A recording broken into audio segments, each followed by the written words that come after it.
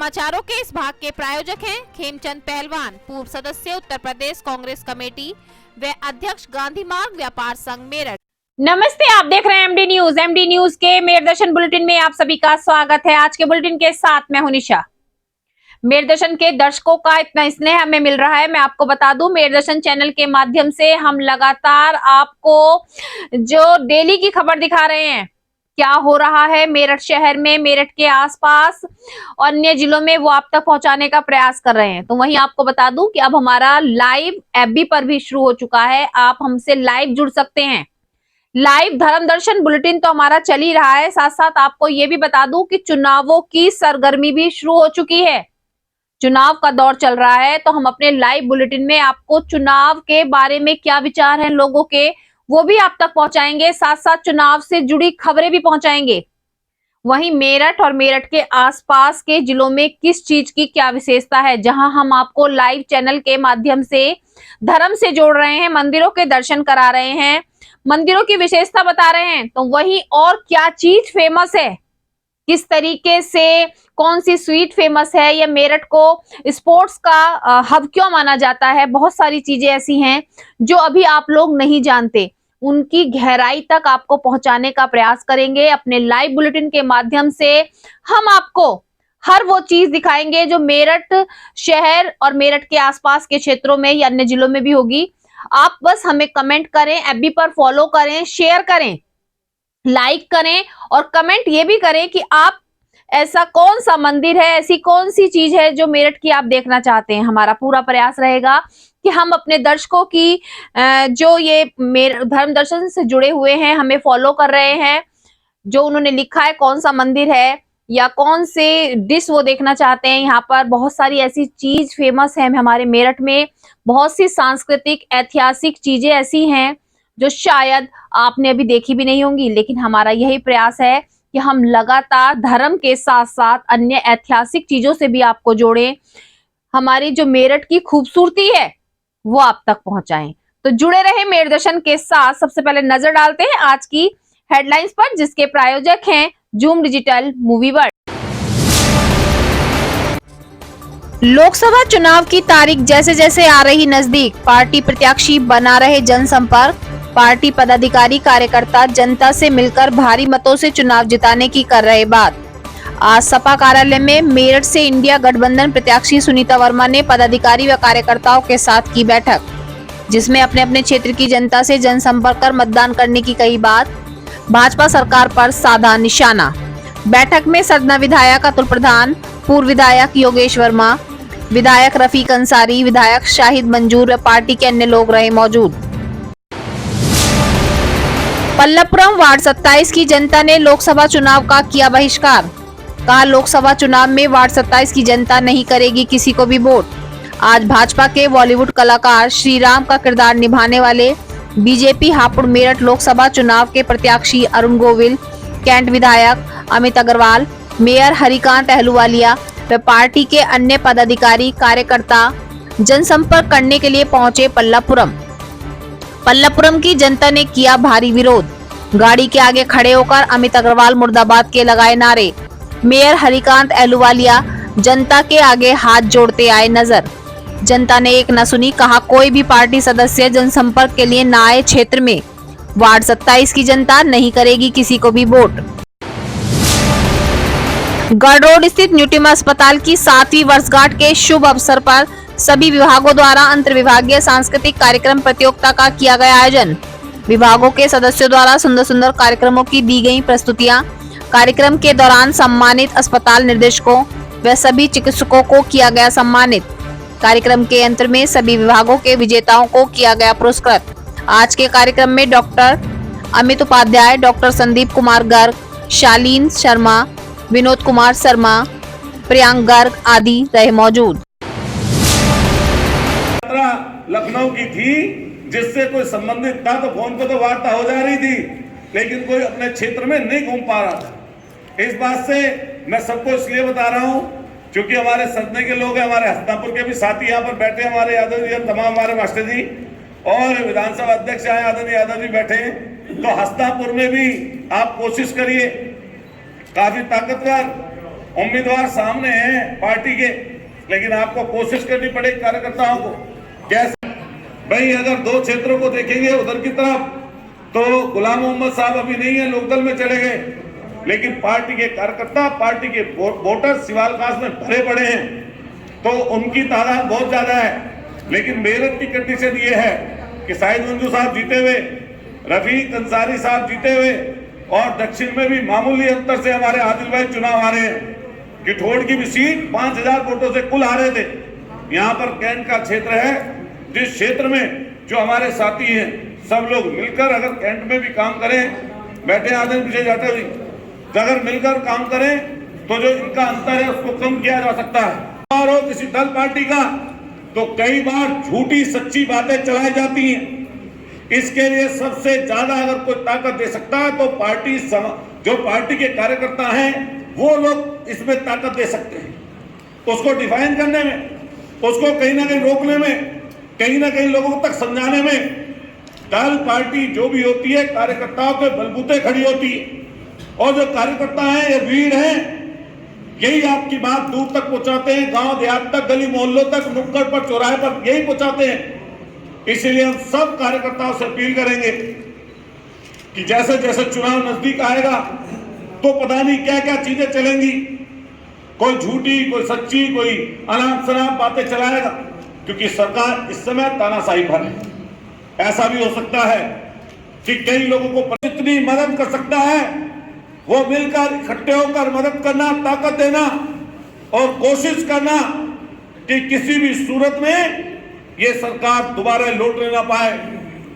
हालांकि जब चर्चाएं चलती हैं, आजकल सोशल मीडिया का समय है, और जब सोशल मीडिया का समय चल रहा है, अलग अलग प्लेटफॉर्म है, ये ऐसे प्लेटफॉर्म है, अगर झूठी कोई खबर चलती है तो झूठी चलती चली जाती है, और सच्ची ना भी हो, उसमें सच्चाई कहीं दूर से दूर तक भी ना हो, तब भी वो फैलती जाती है।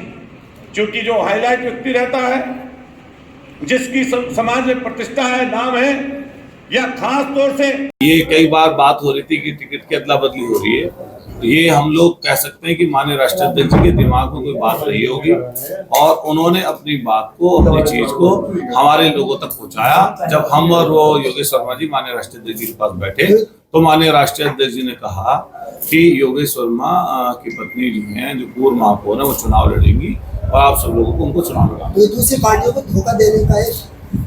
अरे सारे दिन जो धोखा देते हैं उनकी बात बताओ ना, हम कौन सा धोखा दे रहे हैं? हमारी पार्टी का टिकट था, राष्ट्रीय अध्यक्ष जी को, सुनिए, राष्ट्रीय अध्यक्ष जी को तय करना था, राष्ट्रीय अध्यक्ष जी ने तय कर दिया था पहले टिकट, फिर उन्होंने किसी और का तय कर दिया, जिसका तय कर दिया वो राष्ट्रीय अध्यक्ष जी का अधिकार क्षेत्र था। 15 दिन तक मेरठ के लोगों में कश्मकश है। दलित नेता है, बसपा में भी रहे, बहुत बड़ा दलित वोट बैंक आपके समर्थन में था। अब आप सपा में हैं, उधर बसपा का भी प्रत्याशी कराए, तो कितना दलित आपके पक्ष में आ पाएगा उधर से? तो जब आप वहाँ पे, यहाँ हम दलितों की लड़ाई लड़ते हैं। हमने दलित, गरीब, मजदूर, मजलूम लोगों की लड़ाइयाँ लड़ी हैं। हम 2 अप्रैल के आंदोलन में जेल गए हैं और हमने 6 महीने जेल में काटा है। हमारा उत्पीड़न हुआ, हमारे पे अत्याचार हुआ, जुल्म हुआ, और रासुपा हमारे ऊपर लगाई गई, और उसके बाद एक अपमान भी हमारा हुआ है, जिस अपमान को दलित समाज भूल नहीं रहा है। जो दलितों की राजनीति करता हो, जो दलितों का अपना नेता हो, उसका अपमान सार्वजनिक तरीके से किसी ने किया है, वो उनका और पूरे समाज का अपमान हुआ है। और जहाँ जनरल सीट पर, सब जाति के लोग, जनरल सीट पर आज जो है सर्व समाज, दलित, मुसलमान, सब, मैंने बोला था अभी, हिंदू, मुस्लिम, सिख, ईसाई, सभी लोग उसमें आ जाते हैं। सभी धर्मों के लोग, सभी पार्टी, जो हमारी पार्टी है, जो कांग्रेस है और आम आदमी पार्टी, सभी लोग जो सुनीता वर्मा को चुनाव लड़ा रहे हैं। दूसरी बात यह है, दलित समाज को बहुत बड़ा सम्मान दिया राष्ट्रीय अध्यक्ष जी ने। टिकट सिंबल जनरल सीट पे दिया है, और उसके साथ में हेलीकॉप्टर से सिंबल लेकर भेजा। ये दलित समाज भूलने वाला नहीं है। आसपास की सीटों पर भी दलित समाज जो है समाजवादी पार्टी की गठबंधन प्रत्याशी को वोट देगा। जीत का फार्मूला समीकरण है, सर्व समाज की वोट, सर्व समाज की वोट जो है हमारे पास है, और जीत का यही फार्मूला है। जिसके पास सब होते हैं, चाहे दलित हो, मुसलमान हो, गुर्जर हो, जाट हो, मतलब हम सभी लोग हैं। यहाँ तक कि बहुत बड़ी सेंधमारी भी है, अब जीत का हम बता नहीं रहे कितना अंतर मान रहे हो वैसे? अरे यार, अंतर क्या हम बता अच्छी रहे हो? वोटों से जीतेंगे, अच्छी वोटों से जीतेंगे। बीजेपी कहती है कि मुसलमानों और दलितों का बहुत उत्थान किया बीजेपी ने, आप लोगों ने सिर्फ धोखा दिया। दलितों पे 2 अप्रैल में आंदोलन में पूरे देश में मुकदमे दर्ज करे, जेल में भेजे, 13 नौजवान साथी हमारे शहीद हो गए, और उत्पीड़न हुआ, बेरोजगारी, रोजगार छीन लिए, मुठ से निवाले छीन लिए, और अत्याचार और जुल्म हुआ है। पत्रकारों को जेल भेज दिया। अब आप बताइए, आप लोगों को भी नहीं बख्शा उन्होंने, वकीलों को नहीं बख्शा उन्होंने, सभी लोगों पे तो लाठियां बरसाते हैं, किसान को नहीं बख्शा उन्होंने। ऐसे पता नहीं कितने पत्रकार साथी हैं जो हमारे यहाँ भी कुछ खड़े हैं जिनको बहुत प्रताड़ित करा भारतीय जनता पार्टी ने। एक आरोप लगाया काफ़ी कमियां रह गई हैं जो जनता को विश्वास था जो पूरी होंगी, वो हम अब सांसद के चुनाव में रह के पूरा करेंगे। जो कमी जो कमी रह गई, मुख्य बिंदु बताएंगे जरा वीडियो को। विकास कार्य हैं, बेरोजगारी है, क्या क्या विकास कार्य करना चाहेंगे जो नहीं हुए हैं अब तक किसी भी सरकार में? जनता को सिर्फ विकास कार्य चाहिए, वो उन्हीं नेताओं से मतलब खुश रहती है, उन्हीं विकास ही चाहती है जनता, और क्या। इसलिए उनके जो कमी हमारी मेयर के उसमें चुनाव में रह गई तो हम वो उसको इसमें पूरी करेंगे। बीजेपी में खाते पर क्या क्या आएंगे? आप किन सबका मुकाबला मानते हैं? जो बच्चे बच्चे पे काम, बच्चे ये तो विकास कार्य, बेरोजगारी। किन से मुकाबला मानते हैं? हम अपना मुकाबला किसी से नहीं है, हमारा मुकाबला अपने आप से ही है हमारा। मोदी जी, अखिलेश जी ने जब टिकट बांटे तब कहीं ना कहीं मामला होशपोश रहा। अब से 15 दिन पहले इस कार्यालय पे पीसी थी, वो कैंसिल हो गई, वो अगले दिन हुई। आज जिस समय शपथ का समय आने वाला था और उस समय जब ये बोला गया तो उधर से जय श्री राम और पता नहीं किस किस तरीके से कि घर घर मोदी, दर दर मोदी, इस तरीके के नारे लगने लगे। भगदड़ मची, पुलिस भागी और इधर से जय भीम के नारे लगने लगे। जब जय भीम के नारे लगने लगे तो वहाँ भगदड़ मची, इन्होंने सोचा कुछ झगड़ा हो गया, उधर को पुलिस भागी। इन्हें पता ही नहीं चला उस समय कि क्या कहा गया है। ये बाद में पता चला कि उस समय वंदे मातरम पे खड़ी हुई, फिर उस पर भी खड़ी हुई, ऐसे नहीं। अरे वो पुरानी अब तो तुम नहीं बताओगे। जितनी कमियां है कहाँ जाकर सुधार होगा? अब तो ठीक है। देखिए अब तो आज कहाँ से नहीं, 1 घंटे तो ऊपर आगे से ज्यादा टिकट चली गई। नहीं ऊपर थे, मतलब लगातार सभा कार्यक्रम थे, और ज़्यादा जहाँ जिस पार्टी में कार्यकर्ता ज़्यादा होते हैं और जहाँ ज़्यादा जिसका समर्थन होता है तो वहाँ थोड़ा सा टाइम लग जाता है। अभी जी क्या रणनीति लेके आगे चलेंगे चुनाव में? देखो, रणनीति अगर हम बता देंगे तो वो भाजपा वालों को पता चल जाएगी ना। रणनीति तो हम बनाएंगे, और रणनीति ऐसी बनाएंगे कि कबड्डी खेलेंगे और पाले पे दे के मारेंगे। भाजपा वालों को एक डिप्लोमेटिक आंसर नहीं, बिल्कुल साफ आंसर चाहूंगा। 100 में से कितने प्रतिशत आपको जब तक लाभ था, जब तक केवल आप बढ़ाते और अतुल जी के आने पे वो बढ़ोतरी हुई है? देखिए, अतुल प्रधान जी समाजवादी पार्टी के बड़े नेता हैं, हमारे विधायक हैं सरदना से, और इन्होंने पूरे प्रदेश की राजनीति की है, इन्हें सब जानते हैं।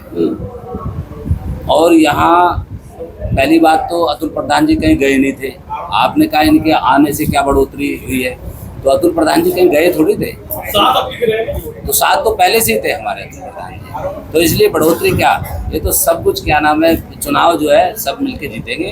अतुल प्रधान जी हैं हमारे साथ, पहले भी थे। अब ये नहीं कि आने से तो अतुल प्रधान जी कहीं गए थोड़ी थे, तो ये तो राष्ट्रीय अध्यक्ष जी का निर्देश है। और हमारे अतुल प्रधान जी की अपनी क्या नाम है एक प्रतिष्ठा भी, क्योंकि चुनाव जीतना है, जब जीत के जाएंगे हम राष्ट्रीय अध्यक्ष जी के दरबार में तो अलग ही माहौल बनेगा। कुल मिला के अगर ये कहा जाए कि 70% पहले मामला था और अब 100% हो गया है तो क्या गलत होगा? मैं तो 150% कह रहा हूँ पहले, लेकिन ये गए तो कहीं नहीं थे। नहीं, उसमें से परसेंटेज नहीं निकाल पाएंगे ना, वो तो 100 में से निकालेंगे। 100 में से 100 कर दो, 101% कर दो, जीत का क्या अंतर मान रहे हैं सर? योगेश जी, आपने कहा रणनीति का हिस्सा, तो क्या ये रणनीति का हिस्सा था? योगेश वर्मा को आखिरी दिन निकाला जाए क्योंकि आपने, हाँ बिल्कुल रणनीति का हिस्सा था। रणनीति का हिस्सा ये माने राष्ट्रीय अध्यक्ष जी जो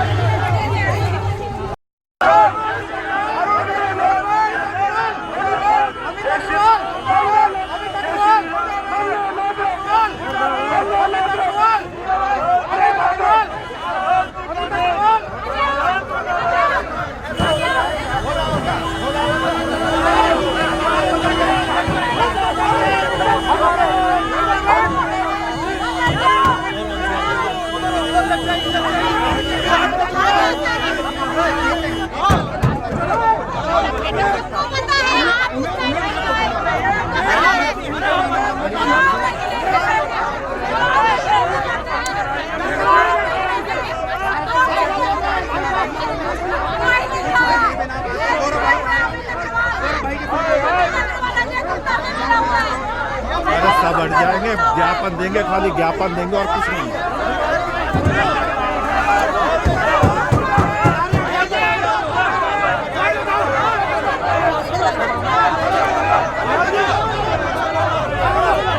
आज के बुलेटिन में बस इतना ही।